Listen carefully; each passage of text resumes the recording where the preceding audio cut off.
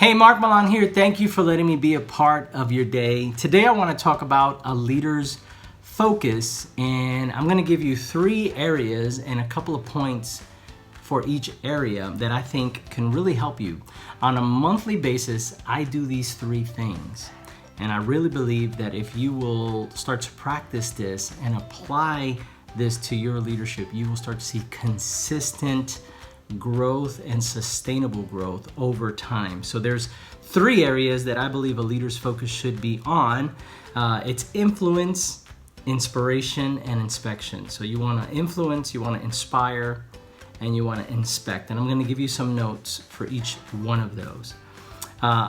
If we're not careful, we can end up using our energy in a bunch of different places. And I would say that is a leader who is not focused. A focused leader understands that their most important resource is their energy.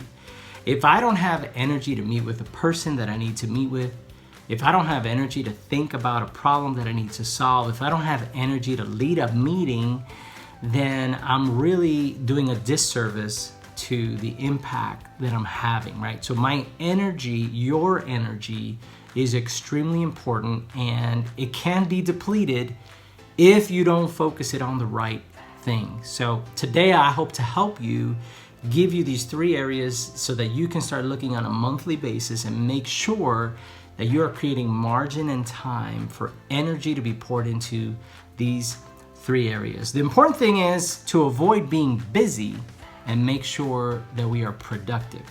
Okay, because you can be busy and not productive.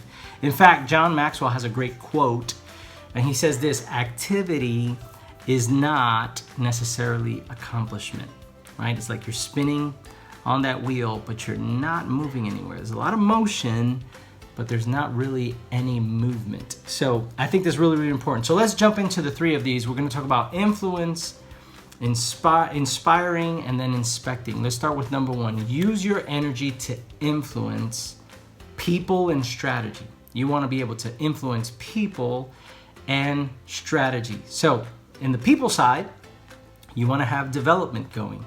You want to have the energy to develop your people, work on developing them, teaching them, have a leadership pipeline, growing them, sharing vision, and giving DNA.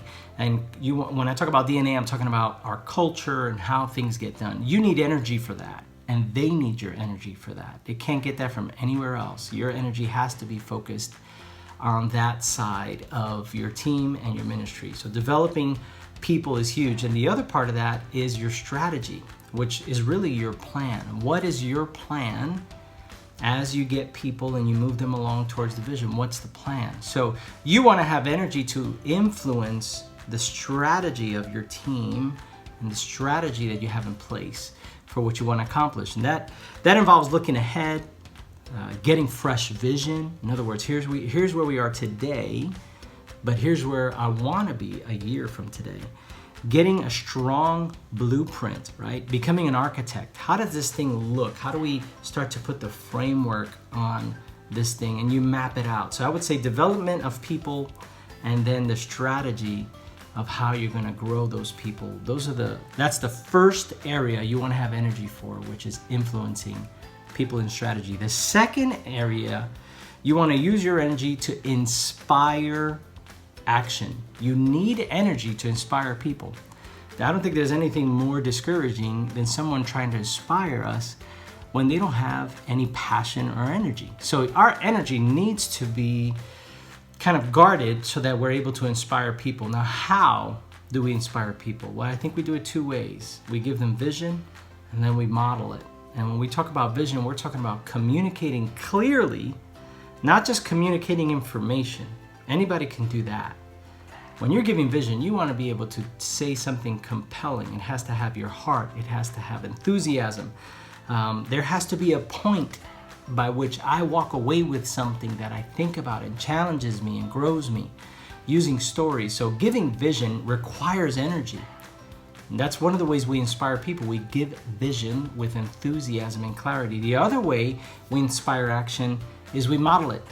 I actually need energy to show others what it looks like. And I think it's one of the easiest ways we lead people is by modeling it ourselves. It's easy to tell someone what to do.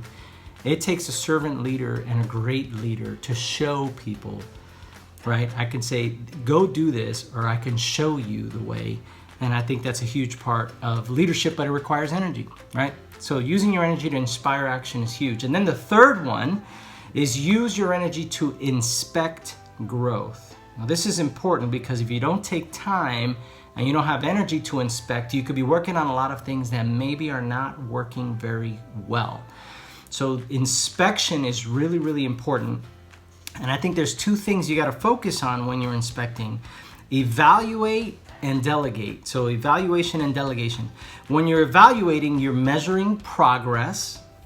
I call it popping the hood. You're going to open the hood and you're just going to take a look, right? Anytime you go on a long trip, I always used to force myself to pop the hood and make sure everything looks good. You never know if one cable's out of place, if something's about to fall off.